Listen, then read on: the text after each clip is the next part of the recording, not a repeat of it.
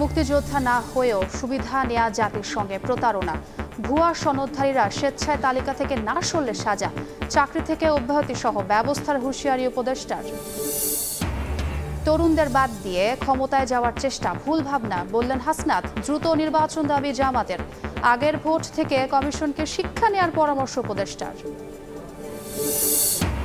পার্বত্য জনগোষ্ঠীর সমস্যা থাকলেও সমাধানযোগ্য বললেন প্রধান উপদেষ্টা। সমতলের সঙ্গে ভেদাভেদ দূর করার তাগিদ। তারুণ্যের উৎসবে পাহাড়িদের যোগ দেওয়ার আহ্বান। কোনো কিছুই হচ্ছে না, মাসের পর মাস ঘুরতেছি, কোনো সমাধান আমরা পাইতেছি না। এবং আদালত ভবন ও বিচারক সংকট চরমে। রাজশাহী বিভাগে ভয়াবহ মামলা জট। ৮ জেলায় বিচারাধীন ৪.৫ লাখের বেশি। ভোগান্তিতে বিচার প্রার্থীরা।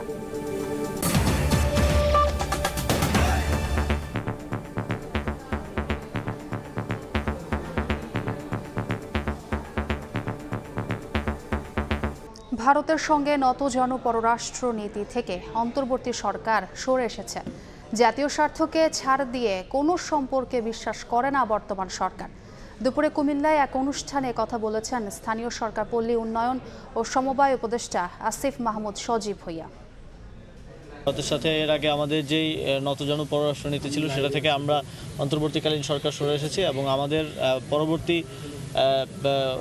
সম্পর্কটা বা চলমান থাকবে আমাদের ন্যাশনাল ইন্টারেস্ট অর্থাৎ জাতীয় স্বার্থকে সামনে রেখেই। জাতীয় স্বার্থকে কম্প্রোমাইজ করে কোনো রিলেশনে আমরা ইন্টারন্যাশনাল রিলেশন আমরা বিশ্বাস করি না। বিচার নিশ্চিতে নির্বাচিত সরকারের বিকল্প নেই উল্লেখ করে জামায়াতের আমির বলেছেন সরকারকে দ্রুত ভোটাধিকার নিশ্চিত করতে হবে। এদিকে উচ্চ আদালত থেকে তত্ত্বাবধায়ক ব্যবস্থা পুনর্বহালের আশা করছেন সংস্কার কমিশনের প্রধান। আর আগের ভোট থেকে কমিশনকে শিক্ষা নেওয়ার পরামর্শ দিয়েছেন শ্রম ও কর্মসংস্থান উপদেষ্টা। গণ অভ্যুত্থানে সরকার পতনের 4 মাস কেটে গেছে। দেশ সংস্কারে নেওয়া হচ্ছে বিভিন্ন উদ্যোগ। তবে এই মহাযজ্ঞে সবচেয়ে গুরুত্বপূর্ণ প্রশ্ন হয়ে উঠে এসেছে কবে নির্বাচন দেবে অন্তর্বর্তী সরকার। জুলাই আগস্টের বিপ্লবে ফ্যাসিস্ট সরকারের পতন হলেও দেশে এখনও ন্যায় বিচার প্রতিষ্ঠা হয়নি বলে মন্তব্য করেছেন জামায়াতে ইসলামে বাংলাদেশের আমির। এই সংকট সমাধানে দ্রুত সুষ্ঠু নির্বাচনের বিকল্প দেখছেন না তিনি।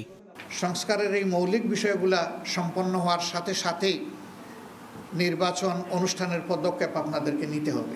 আমরা বিলম্বিত বা দীর্ঘায়িত সময় নয়, যৌক্তিক সময়টাই দিতে চাই। তৎকালীন বিরোধী দলে যারা ছিলেন তাদের এলাকাগুলোকে টার্গেট করে আসন সংখ্যা কমিয়ে দিয়েছে, আসন পুনর্বিন্যাসের নামে জুলুম করেছে। এগুলাকে আবার পুনর্বিন্যাস করা লাগবে।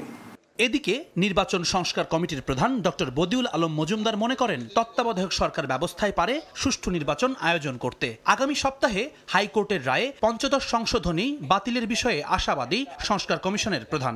আমরা হাইকোর্টে গিয়েছি, 17 তারিখে রায় হবে, তো আমরা আশা করছি প্রতিকার পাবো। সাধারণ মানুষের ভোটাধিকার যেন লুণ্ঠিত না হয় এজন্য ভোটারদেরই সচেতন হতে বলেছেন নৌ পরিবহন ও শ্রম ও কর্মসংস্থান উপদেষ্টা অবসরপ্রাপ্ত brigadier general doctor M Shakhawat Hossain. শুধু পলিটিক্যাল পার্টি পার্টিসিপেশন না, ভোটার্স পার্টিসিপেশন। ভোটাররা যদি স্বতঃস্ফূর্তভাবে পার্টিসিপেট করে এবং সেই নির্বাচন নিয়ে যদি ভোটাররা স্যাটিসফাইড হয়, that I would say successful and participatory election. বিগত নির্বাচনগুলোর মতো একই পথে হাঁটা মানে গণতন্ত্রের কফিনে শেষ পেরেক ঠুকে দেওয়া বলেও মনে করেন তিনি। জুম্মান সাদিক জ্যাভলিন, সময় সংবাদ, ঢাকা। তরুণদের বাদ দিয়ে কেউ ক্ষমতায় যাওয়ার চেষ্টা করলে ভুল করবে। দেশ করতে নতুন প্রজন্মকে ঐক্যবদ্ধ থাকার আহ্বান জানিয়েছেন বৈষম্য বিরোধী ছাত্র আন্দোলনের আহ্বায়ক হাসনাত আব্দুল্লাহ। অভ্যুত্থানে ঢাকা কলেজের ভূমিকা শীর্ষক আলোচনা সভার আয়োজন করা হয় কলেজ অডিটোরিয়ামে। বৈষম্য বিরোধী ছাত্র আন্দোলন ঢাকা কলেজ শাখার আমন্ত্রণে এতে উপস্থিত ছিল ছাত্র জনতার অভ্যুত্থানে আহত শিক্ষার্থীরা। তাদের দাবি আহতদের সুচিকিৎসা নিশ্চিত করে প্ল্যাটফর্মটির কার্যক্রমে স্বচ্ছতা বজায় রাখতে হবে। আহত হয়েছি, দেশের জন্য কাজ করেছি, আমরা আপনাদের কাছে টাকা পয়সাও চাই না, কিছুই চাই না, কিন্তু ন্যূনতম একটা চিকিৎসা, একটা ভালো চিকিৎসা যাতে হতে পারে সেই ব্যবস্থাটা করবেন। তরুণ সমাজকে ভোট দিতে দেয়নি, আমাদের গণতন্ত্র হরণ করেছে, যেভাবে দমিয়ে রেখেছিল আমরা কিন্তু লড়াই সংগ্রামের মাধ্যমে দেখিয়ে দিয়েছি যে তরুণ সমাজকে কখনো দমিয়ে রাখা যায় না। যারা কিনে এই কাজগুলো তাদের দায়িত্ব দেওয়া হয়েছিল, তারা সেই কাজটা কেন করতে পারছে না সেই বিষয়ে আমরা সমন্বয়কের কাছে প্রশ্ন রেখে যাচ্ছি। অনুষ্ঠানে তরুণ শক্তিকে বাদ দিয়ে কেউ ক্ষমতায় যাবার পরিকল্পনা করলে তা ভুল হবে বলে মন্তব্য করেন আহ্বায়ক হাসনাত আব্দুল্লাহ। এই তরুণ প্রজন্মকে মাইনাস করে দিয়ে পরবর্তী বাংলাদেশ বিনির্মাণ করবে ক্ষমতার লোভে অন্ধ হয়ে গিয়ে তারা যদি মনে করে থাকে এই তরুণ প্রজন্মকে তারা মাইনাস করে দিয়ে নিজেরাই সংসদের দিকে যাত্রা করবে, তাহলে তারা সেটা ভুল ভাবছে। বর্তমানকে যথাযথভাবে কাজে লাগিয়ে সবার ভবিষ্যৎ নিরাপদ করতে আহ্বান জানান বৈষম্য বিরোধী আন্দোলনের এই সমন্বয়ক। আমাদের দায়বদ্ধতা রয়েছে। তানভীর হাসান মেঘ, সময় সংবাদ, ঢাকা। পার্বত্য অঞ্চলকে শিক্ষা, প্রযুক্তি ও অর্থনৈতিকভাবে এগিয়ে নেওয়ার তাগিদ দিয়েছেন প্রধান উপদেষ্টা ডক্টর মোহাম্মদ ইউনূস। পাহাড়ের জনগোষ্ঠীর মধ্যে কিছু সমস্যা থাকলেও তার সমাধানযোগ্য বলেছেন তিনি। সমতলের সঙ্গে ভেদাভেদ দূর করার আহ্বান জানিয়েছেন ডক্টর ইউনূস। জানুয়ারিতে তারুণ্যের উৎসবে পাহাড়ের অধিবাসীদেরও সামিল হওয়ার আহ্বান জানান প্রধান উপদেষ্টা। পার্বত্য জেলা পরিষদের চেয়ারম্যান ও সদস্যদের জন্য আয়োজন করা হলো জেলা পরিষদ ব্যবস্থাপনা বিষয়ক প্রশিক্ষণ কর্মসূচি। বুধবার রাজধানীতে পার্বত্য চট্টগ্রাম কমপ্লেক্সে আয়োজিত অনুষ্ঠানে ভার্চুয়ালি যুক্ত হন অন্তর্বর্তী সরকারের প্রধান উপদেষ্টা ডক্টর মোহাম্মদ ইউনূস। পার্বত্য অঞ্চলে বহুমাত্রিক সম্ভাবনার কথা তুলে ধরে প্রধান উপদেষ্টা বলেন, আর পিছিয়ে থাকা নয়, শিক্ষা, প্রযুক্তি ও অর্থনৈতিকভাবে এগিয়ে নিতে হবে পাহাড়ি জনপদকে। পেছনে থাকা তো প্রশ্নই ওঠে না, বরং সবার উপরে থাকবে। যেরকম আপনাদের মেয়েরা ফুটবল খেলায় প্রথম হয়ে আসলো, এটা বাংলাদেশের সবচেয়ে উন্নত জেলা হতে পারে। এখন হয়েছে উল্টা, এটা সবচেয়ে পেছনে পড়া জেলা। এটা কোনো রকমের গ্রহণযোগ্য না। পাহাড়ের বাসিন্দাদের বিভিন্ন সমস্যা থাকলেও তা দূর করা সম্ভব বলে মনে করেন প্রধান উপদেষ্টা। পারস্পরিক শ্রদ্ধাবোধের উপর জোর দিয়ে ডক্টর ইউনূসের আশাবাদ, বিশ্ব নাগরিক হিসেবে গড়ে উঠবেন পার্বত্য এলাকার তরুণরা। আমরা শুধু আমাদের নিজেদের এলাকা পরিবর্তন করব না, সারা বিশ্বকে আমরা পরিবর্তন করব। ওইখানে বসে আমরা পরিবর্তন করব। এত রকমের ক্ষুদ্র নৃগোষ্ঠী এখানে আছে, সবাই মিলেমিশে আছে। মিলেমিশে থাকতে হলে সমস্যাও হয়, সমস্যাগুলো আছে, কিন্তু সমস্যাগুলো সমাধানযোগ্য। আপনার পরস্পরের প্রতি যদি ভালোবাসা, পরস্পরের প্রতি যদি শ্রদ্ধাবোধ না থাকে, চুক্তির বান্ধনে আর কিভাবে আপনাকে বাঁধা যাবে না। কাজে ওই ভালোবাসা, পরস্পরের প্রতি শ্রদ্ধাবোধ, এটা আমাদের নিয়ে আসতে হবে। সেটি আমাদের এই সুযোগটা আমাদের করে দিতে হবে। জানুয়ারিতে তারুণ্যের উৎসবে সমতলের পাশাপাশি পাহাড়ের অধিবাসীদেরও সামিল হওয়ার আহ্বান জানান ডক্টর ইউনূস। এবার যেন দেখি এই পার্বত্য জেলাগুলোই সবচেয়ে উপরের স্থানে চলে গেছে। ফারুক ভিয়া, রবিন, সময় সংবাদ, ঢাকা। যোদ্ধা না হয়েও রাষ্ট্রীয় সুবিধা নেয়া জাতির সঙ্গে প্রতারণা, এমন মন্তব্য করে মুক্তিযুদ্ধ বিষয়ক উপদেষ্টা ফারুক আজম বলেছেন, ভুয়া সনদধারীরা তালিকা থেকে স্বেচ্ছায় নাম প্রত্যাহার না করলে নেওয়া হবে আইনি ব্যবস্থা। চাকরি থেকে অব্যাহতি সহ শাস্তির হুঁশিয়ারিও তার। মন্ত্রণালয়ের সংবাদ সম্মেলনে শহীদ বুদ্ধিজীবী দিবস ও মহান বিজয় দিবসে সরকারের প্রস্তুতিও তুলে ধরেন উপদেষ্টা। স্বাধীনতার 53 বছরেও চূড়ান্ত হয়নি বীর মুক্তিযোদ্ধাদের তালিকা। সপ্তম দফায় যাচাই বাছাইয়ের সিদ্ধান্ত নিয়েছে অন্তর্বর্তী সরকার। বিতর্কমুক্ত ও গ্রহণযোগ্য তালিকা করতে কাজও শুরু করেছে মন্ত্রণালয়। এরই মধ্যে পুনর্গঠন করা হয়েছে মুক্তিযোদ্ধা কাউন্সিল ও বাংলাদেশ মুক্তিযুদ্ধ কল্যাণ ট্রাস্টের ট্রাস্ট বোর্ড ও নির্বাহী কমিটি।